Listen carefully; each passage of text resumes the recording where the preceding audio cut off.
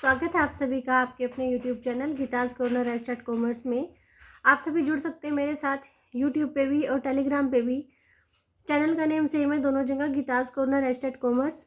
ठीक है, जिसको भी नोट्स चाहिए पीडीएफ फॉर्म में वो प्लीज़ कमेंट बॉक्स में बताएं। टेलीग्राम पे उन्हें नोट्स प्रोवाइड कराए जाएंगे क्योंकि यूट्यूब पे फिलहाल लिंक एक्सपायर दिखा रहा है, पीडीएफ ओपन नहीं हो रहा है किसी का भी। आज हम करने वाले हैं 2016 के क्वेश्चन नंबर 101 से लेके 105 तक। इससे पहले हम 17, 18 और 19 का एचटेट पीजीटी कॉमर्स का पेपर जो पूरा कर चुके हैं। प्लीज़ जुड़े रहें चैनल पे, वीडियोस को देखते रहें क्योंकि बहुत ही थोड़े दिन बचे हैं आपके एग्ज़ाम के। और जिसको वीडियोस नहीं मिल रहे कमेंट में, जैसे मुझे पता लग रहा है कि कोई वीडियो किसी को मिल रही है किसी को नहीं मिल रही है, आप यूट्यूब पे जाके सर्च मारिए channel name Geeta's corner estate commerce, सारी ही वीडियोस आपके सामने आ जाएंगी। लाइन वाइज है वहाँ पे, सारी सीरियल वाइज दे रखी है। ठीक है, और प्लेलिस्ट भी बना दी गई। प्लेलिस्ट में जाके वहाँ ऊपर नीचे हैं सारी वीडियोस, लेकिन सारी वीडियोस हैं जो भी मैंने अभी तक जितनी बनाई हैं सारी वीडियोस हैं वहाँ पे। करते हैं आज का क्वेश्चन पेपर शुरू। 101 क्वेश्चन है हमारा। 101 question, reserve bank of India started it's functioning on. और हाँ, एक बात और, ये ना सोचे कि 17, 18, 19 का क्वेश्चन पेपर हो गया तो सफिशिएंट इन्फॉर्मेशन मिल गया है, ठीक है, पूरी होगी नॉलेज कॉमर्स के लिए, नहीं। 2016 के पेपर में आप देखोगे कि कैसे लिंक करते हैं पेपर एक दूसरे के साथ, और जो भी एक्स्ट्रा इन्फॉर्मेशन है अभी जितने भी दिन बचे हैं पेपर के लिए, बिल्कुल उन्हें अच्छे से यूटिलाइज करना है और जितनी ज़्यादा हो सके उतनी इन्फॉर्मेशन गैदर करनी है। 2016 से भी आपकी इन्फॉर्मेशन जो वो आपकी जो नॉलेज है वो इंक्रीज़ होने वाली है क्योंकि यहाँ पे भी नई इन्फॉर्मेशन आपको मिलेगी। ठीक है, आज पढ़ते हैं आरबीआई के बारे में। Reserve bank of India started it's functioning on, पहले भी क्वेश्चन आया है इसका, तब आए थे इसके काम पूछे गए थे रिजर्व बैंक ऑफ इंडिया के, सेंट्रल बैंक के काम पूछे गए थे। तो आज हम पहले करते हैं reserve bank of India started it's functioning on, इसने अपना काम कब शुरू किया, ये हमारा क्वेश्चन है 101 क्वेश्चन। तो इन्होंने अपना काम कब शुरू किया है, 1 अप्रैल 1935 को। अदर ऑप्शन में दिए गए थे 1 अप्रैल 1934, 1 जनवरी 1934, 1 जनवरी 1935। तो ऑप्शन क्या है, 1 अप्रैल 1935 हमारा क्वेश्चन। देखो, जो रिजर्व बैंक ने इसने काम शुरू किया था 1 अप्रैल 1935 को, और इसका जो राष्ट्रीयकरण हुआ था, नेशनलाइजेशन हुआ था, वो हुआ था 1949 को। तो दोनों ही क्वेश्चन एस्टेट में नेट में कई बार आए हैं कि एक तो काम इसने कब शुरू किया और इसका राष्ट्रीयकरण कब किया गया। तो दोनों ही क्वेश्चन इंपॉर्टेंट है। अभी फिलहाल के लिए क्वेश्चन क्या है कि इन्होंने अपना काम शुरू कब किया रिजर्व बैंक ने, 1 अप्रैल 1935 को।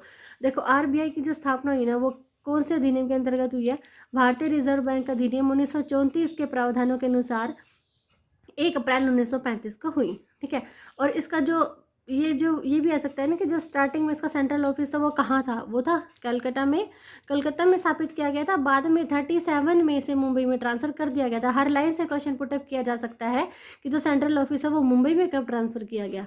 सेंट्रल ऑफिस वो ऑफिस होता है जहाँ गवर्नर बैठते हैं, जहाँ पे पॉलिसीज़ बनाई जाती है। मैंने एक लाइन लिख ली थी ताकि मैं भूल ना जाऊँ बाद में बताते हुए। स्टार्टिंग में आरबीआई प्राइवेट ओनरशिप वाला बैंक था। 1949 में इसका नेशनलाइजेशन किया गया। बहुत ही इंपॉर्टेंट लाइन कि नेशनलाइजेशन इसका कब किया गया, 1949 में किया गया, और वर्तमान में इस पर भारत सरकार का पूर्ण स्वामित्व है। ठीक है, इनकी स्टेट ओनरशिप अब इसकी गवर्नमेंट ऑफ इंडिया की है। हेडक्वार्टर कहाँ है, मुंबई, महाराष्ट्र, इंडिया। हेडक्वार्टर पूछा जा सकता है। मुख्यालय कहाँ है आरबीआई का, या फिर मुख्यालय का जो क्वेश्चन है ना, हेडक्वार्टर का क्वेश्चन मैच मेकिंग में भी आ सकता है। एक दो देखिए हमारी जितनी भी आरबीआई है, जैसे सेबी है, ठीक है, इनके हेडक्वार्टर को मैचिंग में देखिए, मैच मेकिंग में भी क्वेश्चन पूछे जा सकते हैं। एस्टेब्लिश कब हुआ था, ये 1 अप्रैल 1935 को। ओनरशिप है इसकी किसकी, 100% स्टेट ओनरशिप है, यानी कि भारत सरकार का पूर्ण स्वामित्व है इसके ऊपर। गवर्नर कौन है अभी एट प्रेजेंट, गवर्नर कौन है, शक्तिकांत दास। और वो कौन से नंबर के गवर्नर हैं, वो 25वें गवर्नर है, यानी कि 25th गवर्नर है हमारे शक्तिकांत दास जी। सेंट्रल बैंक है ये किसका, इंडिया का, यानी कि इंडिया का केंद्रीय बैंक किसे कहा जाता है, आरबीआई को कहा जाता है। करेंसी इंडियन रुपी में काम करता है। बैंक रेट कितनी है, 4%। और 24th गवर्नर कौन थे, यानी कि पीछे वाले गवर्नर कौन थे, जो भी एट प्रेजेंट गवर्नर उनसे पहले थे हमारे उर्जित पटेल जी। देखो, अभी क्वेश्चन नंबर भी मैंने मार्क किया। 2019 में क्वेश्चन नंबर 122 जिसने करा है वो एक बार थोड़ा सा रिवीजन कर लीजिए। देखते हैं क्या क्वेश्चन आया था 2019 में आरबीआई से रिलेटेड। क्वेश्चन था from the following which is not a function of central bank. Central bank कौन है? आरबीआई। अभी बता दी में कि आरबीआई को सेंट्रल बैंक कहा जाता है इंडिया का। और क्या फंक्शन नहीं है आरबीआई का? मतलब क्रेडिट क्रिएशन करना इसका फंक्शन नहीं है। बाकी फंक्शन से जो वो हमने सारे करे थे कि आरबीआई का फंक्शन क्या होता है, सेंट्रल बैंक का फंक्शन क्या होता है कि मुद्रा का निर्गमन करना, यानी कि इशूइंग करेंसी को इशू करना। बैंकों का बैंक इन्हें कहा जाता है, बैंकर्स बैंक है क्योंकि सारे बैंक पे कंट्रोल करते हैं, क्रेडिट को कंट्रोल करते हैं, साख नियंत्रण। बैंकर्स टू द गवर्नमेंट, सरकार का बैंक है क्योंकि जितने भी सरकारी बंदे होते हैं ना, जो भी सरकारी नौकरी वाले बंदे हैं, उन सभी के यहाँ पे अकाउंट होते हैं। सुपरविजन टू द बैंक, बैंकों का निरीक्षण करने का काम भी आरबीआई का है, सेंट्रल बैंक का है। Lender of the rest resort, अंतिम ऋणदाता इन्हें माना गया है। कलेक्शन ऑफ डाटा, सारे डाटा इकट्ठे करते हैं। क्लियरिंग हाउस फंक्शन, समाशोधन गृह का कार्य, अलग अलग बैंकों के चेक जो है क्लियर यहाँ पे ही होते हैं आके।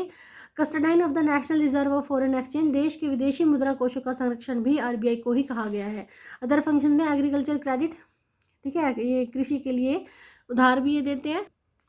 इंटरनेशनल मॉनेटरी कॉन्फ्रेंसेस, अंतर्राष्ट्रीय मुद्रा सम्मेलन, ठीक है। आईएमएफ एंड वर्ल्ड बैंक जो हमारे इंटरनेशनल मॉनेटरी कॉन्फ्रेंस है, वहाँ पर भी आरबीआई से ही जाते हैं। मुद्रा और बिल बाजार, मनी एंड बिल मार्केट का ये काम देखते हैं। रिटर्न ऑफ टोन नोट्स, फटेपुरान नोट भी आरबीआई वापस लेता है। नेक्स्ट क्वेश्चन जो है यहाँ रेशियो से पूछा गया है। Activity ratios are also term as, activity ratio को क्या कहा जाता है? एक्टिविटी रेशियो +2 अकाउंट्स की बुक में 3rd नंबर पे रेशियो है। एफिशिएंसी रेशियो या टर्नओवर रेशियो भी नहीं कहा जाता, जितने भी टर्नओवर रेशियो है, activity ratio, efficiency ratio, turnover ratio, ठीक है। मैं जब +2 के बच्चों को पढ़ाती हूँ ना, उसी टाइम भी उन्हें यही कहती हूँ कि रेशियो के जितने भी नाम बुक्स में दिए गए हैं सारे हमें ध्यान में रखने हैं। अब देखिए एचटेट में क्वेश्चन पूछा गया है, +2 के बच्चों को नोट डाउन कराती हूँ सारे नाम। एक्टिविटी रेशियो, एफिशिएंसी रेशियो और टर्नओवर रेशियो। अदर ऑप्शंस में हमारे पास है एफिशिएंसी रेशियो, अब ये वाला ऑप्शन तो इसी में आ गया, टर्नओवर रेशियो भी इसी में आ गया, और लीवरेज रेशियो। लीवरेज रेशियो कौन से होते हैं? सोल्वेंसी रेशियो, ठीक है। लॉन्ग टर्म डेप्ट रेशियो भी इन्हें बोला जाता है। इसमें डेप्ट ratio, dept to total asset ratio, proprietary ratio, interest coverage ratio, वो सारे इसके अंदर आते हैं। एक्टिविटी एफिशिएंसी टर्नओवर रेशियो ने क्यों कहा जाता है? देखो ये रेशियो ना कॉस्ट या रिवेन्यू के बेसिस पर होते हैं, इसलिए टर्नओवर रेशियो कहा जाता है। और सेकेंडली एफिशिएंसी क्यों बोलते हैं? हाई टर्नओवर रेशियो वैसा है कि हाई एफिशिएंसी को दिखाते हैं, इसलिए इन्हें एफिशिएंसी रेशियो भी कहा जाता है। ये हमारे 5 रेशियो वहाँ पे दिखाए गए हैं। स्टॉक टर्नओवर रेशियो, डेटर या रिसीवेबल टर्नओवर रेशियो, क्रेडिटर या payable turnover ratio, working capital turnover ratio और फिक्स एसेट टर्नओवर रेशियो। अब देखो वर्किंग कैपिटल टर्नओवर रेशियो है तो टर्नओवर रेशियो आ जाएगा, और सिर्फ सिंपल वर्किंग कैपिटल रेशियो के बारे में पूछा गया तो वो करंट रेशियो आ जाएगा। ये करंट रेशियो का दूसरा नाम है working capital ratio. Next question है हमारा SEBI. SEBI was recognise as statutory organisation. अब देखिए सारे रेशियोज के अगर मैं फॉर्मूला लिखते हैं तो वीडियो लंबी हो जाती, आगे कभी फॉर्मूले का क्वेश्चन आएगा तो उसमें फॉर्मूलेज भी बताए जाएंगे। SEBI was recognise as statutory organisation in the year. देखिए सेबी जो security and exchange board of India, जो हमारे स्टॉक एक्सचेंज मार्केट को कंट्रोल करता है, इसको वैधानिक दर्जा कब दिया गया? इसको दिया था 1992 में, 1992 में। अदर ऑप्शन में है 1993, 4, 5, तीनों ही कैंसिल हो जाएंगे क्योंकि इसकी फॉर्मेशन जो है वो ये 12 अप्रैल 1988 को, 1988 को इसकी फॉर्मेशन हुई। उसके बाद इसको वैधानिक दर्जा दिया गया था 1992 को, 30 जनवरी 1992। ये क्वेश्चन भी कई बार पूछा गया है कॉम्पिटिटिव एग्जाम में, कॉमर्स के, बहुत ही इंपॉर्टेंट क्वेश्चन है। एक्वायर्ड स्टैट्यूटरी स्टेटस इसको मिला, वैधानिक दर्जा मिला है 30 जनवरी 1992 को। फिलहाल क्वेश्चन भी यही था कि वैधानिक दर्जा इसको कब मिला है? 1992 को मिला। हेडक्वार्टर इनका भी मुंबई महाराष्ट्र में है। और चेयरपर्सन कौन है एट प्रेजेंट इनके एजेंसी एग्जीक्यूटिव भी, जिसे कहा जाता है Ajay Tyagi sir. Full name है security and exchange board of India, ठीक है। जो क्वेश्चन बन सकते हैं कि स्थापना कब हुई? 12 अप्रैल 1988 को। लेकिन वैधानिक निकाय का दर्जा इसे कब दिया गया? 30 जनवरी 1992 को। हेडक्वार्टर है मुंबई महाराष्ट्र में। चेयरपर्सन है अजय त्यागी। फुल नेम है security and exchange board of India. Next question है हमारा हायर डेप्ट इक्विटी रेशियो रिजल्टिंग। डेप्ट इक्विटी रेशियो जो फॉर्मूला होता है डेप्ट डिवाइडेड बाय इक्विटी। डेप्ट यानी कि कंपनी को अगर किसी को 2 रुपये किसी टाइम देनी है तो डिवाइडेड बाय इक्विटी 1 रुपये उसके पास हमेशा होना चाहिए। 2:1 इसे आइडियल रेशियो बोला गया है डेप्ट इक्विटी रेशियो को। लेकिन यहाँ पूछा गया कि हायर डेप्ट इक्विटी रेशियो तो उसके कारण क्या आता है? ऑप्शन में दे रखे थे हमारे पास, हमारा जो आंसर है वो हो जाएगा लो फाइनेंशियल क्राइसिस, संकट आ जाता है, निम्न वित्तीय संकट कंपनी के ऊपर आ जाता है। अदर ऑप्शन देखो क्यों कैंसिल हो गया? अदर ऑप्शन हायर ईपीसी वाली बात ही नहीं करता ये, इसलिए कैंसिल हो गया। Higher degree of operating risk, operating वाली कोई बात ही नहीं यहाँ पे। ठीक है। ऑपरेटिंग के भी डेब्ट इक्विटी रेशियो लॉन्ग टर्म की बात करते हैं तो ऑपरेटिंग वाली बात नहीं करनी, ये दोनों तो ऐसे ही कैंसिल हो गया। और लोअर फाइनेंशियल रिस्क नहीं आता, इसमें आता है हायर फाइनेंशियल रिस्क, ये भी कैंसिल हो गया। बच गया क्या, क्राइसिस, संकट। संकट यहाँ पे लो फाइनेंशियल क्राइसिस का ऑप्शन था, उसी पे हम टिक कर देंगे। नेक्स्ट क्वेश्चन सभी को पता ही होगा, शेयर्स क्यों फॉरफिटेड होते हैं, non payment of call money. इसके ऑप्शंस लिखना मैं भूल गई हूँ, ऑप्शंस मैं आपको दिखा देती हूँ क्वेश्चन में ही। Shares can be forfeited, shares को क्यों फॉरफिटेड किया जाता है, non payment of call money, for failure to attend meetings, meetings में नहीं आते इसलिए उनके शेयर्स फॉरफिटेड हो जाते हैं, नहीं।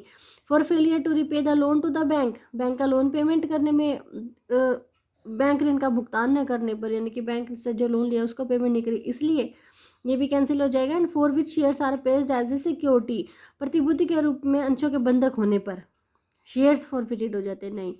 तो शेयर फॉरफिटेड कब होते हैं, non payment of call money.